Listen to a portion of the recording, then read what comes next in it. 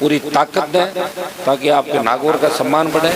और आपने देखा होगा हमारे यहाँ बच्चे सेना के अंदर हैं, जब सेना को ठेके में दे दिया तो देश के अंदर एकमात्र सांसद लड़ाई लड़ रहा था, वो आपका सांसद था जिसने अग्निवीर अग्निपथ का विरोध किया। और परिणाम ये हुआ 25% को लेके 75 को वापस भेजने की बात थी, सरकार ने 50-50 किया।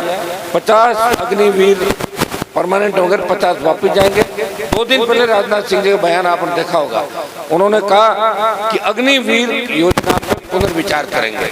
ये आपके संघर्ष का ही परिणाम है कि अग्निवीर एक बार योजना बंद होकर पूर्व की भांति सेना भर्ती रैलियां होगी इस देश के अंदर। ये लड़ाई आपके सांसद ने लड़ी थी, पार्लियामेंट ऑल पार्टी मीटिंग और जोधपुर में 2 लाख जवानों की रैली करके। जब कृषि बिल आए, हमारा कोई झगड़ा नहीं, पिछली बार मैं यहाँ आया था, मुझे पता है, तब मैं एनडीए प्रत्याशी के रूप में था, भारतीय जनता पार्टी के साथ गठबंधन था आरडीपी का। और किसान के मामले में मैंने गठबंधन तोड़ा, संघर्ष मेरा आपने देखा होगा, सड़कों पर हमेशा लड़ता रहा, हर समाज के लिए लड़ा। जिसने भी मुझे बुलाया मैंने उसकी पैरोकारी की। और लोग 10 तरह की भ्रामक बातें करते होंगे, लेकिन वो मुझे अगर अच्छी तरह से कोई व्यक्ति जानता है और अगर वो मेरे पास आता है और बैठता है तो उसको ये लगेगा कि हनुमान जी वास्तव में संघर्ष करने वाले नेता है जो किसी चीज की परवाह नहीं करते। और बहुत से आंदोलन राजस्थान के अंदर हुए जिसके अंदर आपने मुझे हमेशा लड़ते हुए देखा, सर्व समाज के लिए लड़ते हुए देखा और न्याय दिला के ही खड़ा हुआ गया।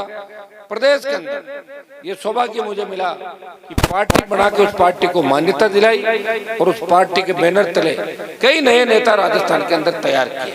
हाँ, ये दूसरी बात है कि नेता छोड़ के चले गए मुझे। मैंने तो तैयार करने में कोई कमी नहीं छोड़ी, लेकिन छोटे भाई मेरे से जुड़ते रहे और लोग आते रहे। ये चुनाव के अंदर आप तो पार्लियामेंट के अंदर देख रहे, दोनों जो लड़ रहे हैं चुनाव, बीजेपी की जो प्रत्याशी है ये 9 से 14 में कांग्रेस की सांसद थी और 19 से 24 में मैं भी दिल्ली के अंदर था।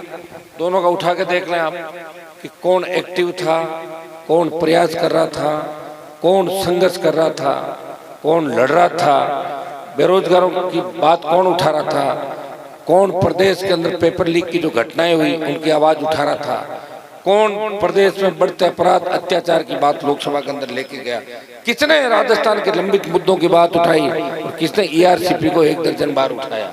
हर उस आवाज को जो आवश्यकता थी, जिसको बल देने के लिए, हर उस पीड़ा को, हर व्यक्ति की पीड़ा को, चाहे कर्मचारी हो, मजदूर हो, किसान हो, जवान हो, व्यापारी हो, प्रयास किया कि सबको न्याय मिले और सबका विकास होगा, तभी देश प्रदेश का होगा। एक व्यक्ति के और एक जाति के विकास से देश का विकास नहीं होता। इस भावना को अमली जामा पहना है। ये संघर्ष आपने देखा है सब लोगों ने। मैं मेरे संघर्ष जो मैंने किया उस संघर्ष के साथ में वोट की अपील करने आपके बीच आया हूं कि दोनों उम्मीदवारों के अंदर आप ये देख लें कि कौन मौके से छू मंतर हो जाएगा और कौन मौके पे खड़ा मिलेगा। इतना ही आपको ध्यान रखना है। मैं चाहता तो 2003 में सरपंच साहब इस बात की गवाह है। 3 में मैं चाहता तो वसुंधरा जी, मेरा कोई झगड़ा नहीं था, मैं जाके दूसरे नेताओं की तरह हाथाजोड़ी कर लेता, टिकट भी मिल जाता और मंत्री भी बन जाता। 3, 8, 13, 18, 19 और 23 और 24 लड़ता रहा लड़ाई। और देखिए उम्र बढ़ती है, उम्र घटती नहीं किसी की। कल जो बच्चे थे आज जवान हो गए, जवान बूढ़े हो गए, लेकिन हनुमान बेनीवाल ने परिपाटी को नहीं छोड़ा। ये भी प्रयास नहीं किया कि झगड़े हो आपस के अंदर। मेरी कॉन्स्टिट्यूंसी में कभी कोई झगड़ा नहीं होने दिया। एक सिंगल जगह पे अगर हुआ तो तुरंत बंद करा दिया उसको जाकर। लोग कहते रहते हैं इससे क्या फर्क पड़ता। आपने मुझे अच्छी तरीके से देखा 24 घंटे जिसके घर के दरवाजे आम आदमी गरीब आदमी के लिए खुले हैं, जिसके घर पे कोई जाता है वो रोता हुआ जाता है, वो हंसता हुआ उसके घर से निकलता है, उसको न्याय मिलता है। हनुमान बेनीवाल का घर है, जनता का घर है, आपका घर है। मैंने प्रयास किया और ये परिणाम आपका आज नागौर का सम्मान मैंने पूरे देश में बढ़ाया। पहले तो राजस्थान के सांसदों की गिनती कम होती थी वहाँ पे, अब तो ये बात चलने लगी कि राजस्थान से एक मजबूत सांसद आया जिसने पूरे देश के जवान किसान की लड़ाई लड़ी, जिसने पैरा मिलिट्री फोर्स की बात उठाई, जिसने मिलिट्री के जवानों की बात उठाई, इनको मिलना चाहिए, कर्मचारियों के मुद्दे उठाए।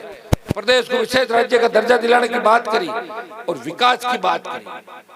मैं सोया नहीं दिल्ली के अंदर जाके, मैंने कोई विदेश यात्रा ही नहीं की, मेरे 3-4 नंबर नहीं है और 15-20 घर भी नहीं है, एक ही घर है और एक ही नंबर है, हमेशा मिलता हूँ। रात को अगर आपको आवश्यकता पड़े 2 बजे हनुमान जी को बुलाना है, तो रात को 2 बजे भी आप जीत कर लोगे तो मैं आपको बीच आऊंगा, 1000 किलोमीटर दूर से आना। ऐसे लोग बहुत कम मिलते हैं। ये मैं आपको मिला हूँ। कई लोकतंत्र के अंदर कई तरह की बातें होती है, कई तरह के समीकरण चलते हैं, कई तरह की लहर चलती है। मैं ये तो नहीं कह सकता कि मैं सब लहरों को मोड़ दूंगा, लेकिन ये तय है जो कहूंगा उसमें कोई अंतर नहीं आएगा। अगर बात कह के जाऊंगा उसको पूरा करने का प्रयास करूंगा। दिल्ली से राजस्थान में सबसे ज्यादा अगर सड़कों का पैसा किसी लोकसभा क्षेत्र में आया या मंत्री होंगे राजस्थान के, नागौर संसदीय क्षेत्र में सबसे ज्यादा सड़कों का, सड़क, पुल, फ्लाईओवर, आरयूबी और सबसे ज्यादा रेलवे स्टेशन, केंद्रीय विद्यालय इस नागौर के अंदर है। सड़कें बढ़ी चारों तरफ। आपके प्रधानमंत्री ग्राम सड़क योजना की जो 400 किलोमीटर सड़क आई, ये देसवाल खजवाड़ा से लेके औलादन होती हुई हरसोला हो जाएगी। 5.5 मीटर चौड़ी रोड है सरपंच साहब, और आपके गांव में पूरा सीसी पार्ट बनेगा, देसवाल में बनेगा। टेंडर हो गया, काम चालू हो जाएगा 1-2 दिन के अंदर। मेरे प्रयास में कभी कोई कमी नहीं, और मैं सत्ता में तो आया ही नहीं। एक व्यक्ति सत्ता में आता है, सरकार में रहता है, वो काम अगर नहीं भी करता तो आप कह दो भाई आपने तो काम नहीं किया, आप तो राज में थे। मैं तो राज में था ही नहीं, मैं तो राज के खिलाफ लड़ रहा हूँ, हमेशा सरकार के खिलाफ।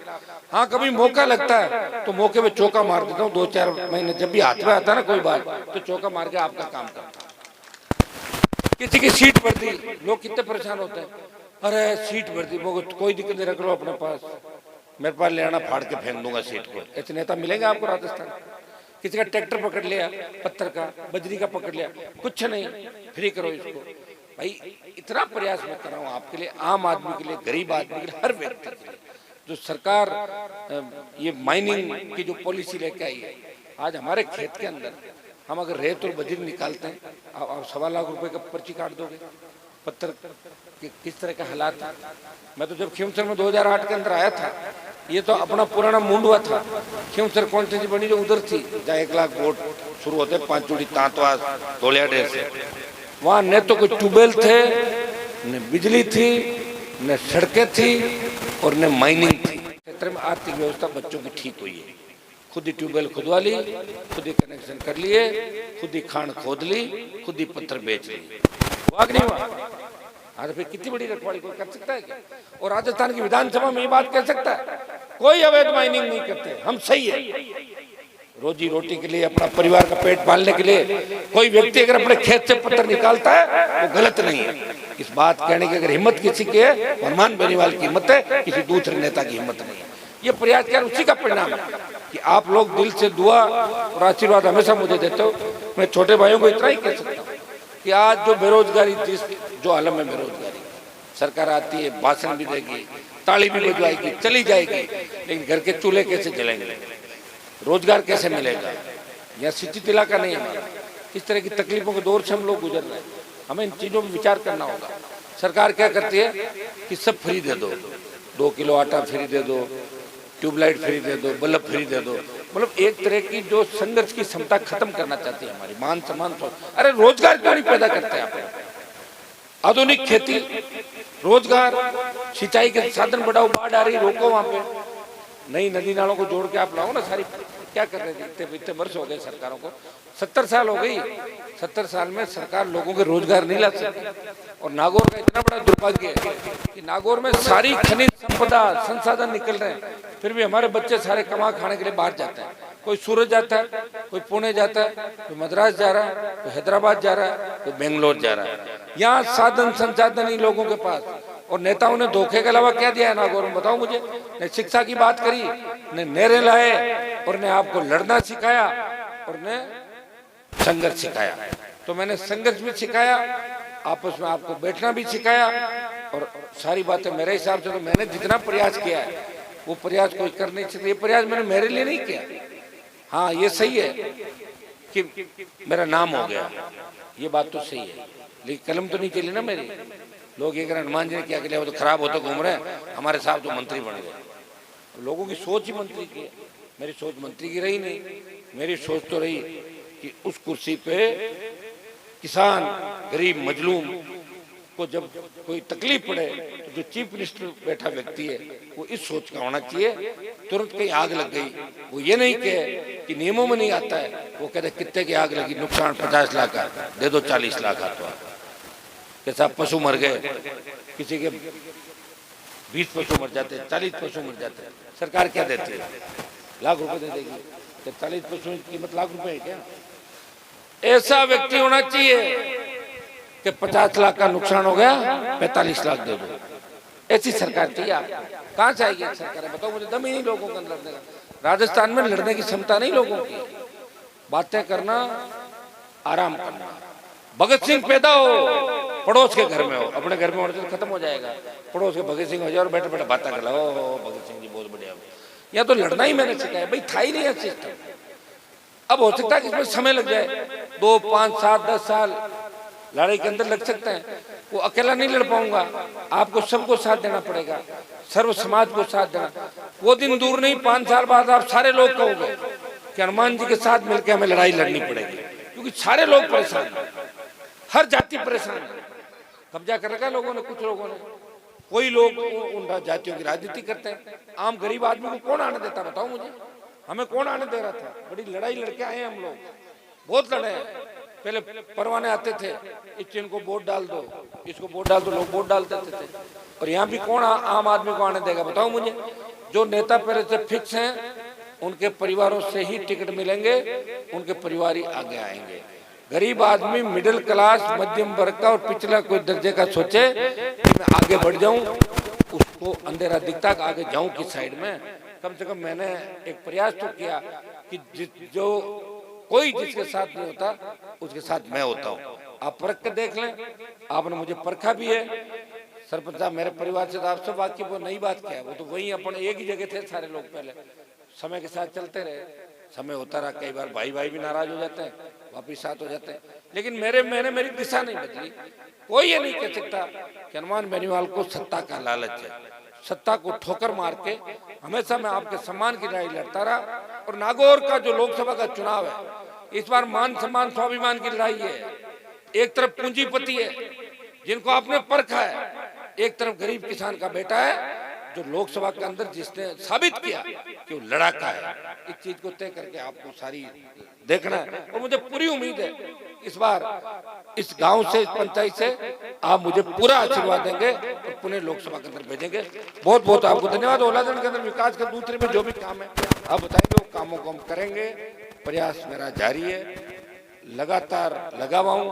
और जब भी आप कोई बात बताएंगे तो काम के अंदर कभी कोई बाधा नहीं आएगी। काम में ये भी नहीं होगा, इस गांव का कोई बच्चा भी अगर मुझे फोन कर देगा, मेरे पास आ जाएगा, तो मैं ये नहीं पूछूंगा कि आप कौन सी पार्टी के हो, लाओ काम क्या करना, लाओ मुझे दो कागज, फोन करूंगा। ये तो आपने इतना तो मुझे परखा है इसके अंदर बैठे कि मैं नहीं कहता उसको लाओ, फलान जी को लाओ और उनको कहलाओ और ये कराओ। ये काम मैंने नहीं किया। कुछ लोग करते होंगे, मैं नहीं करता।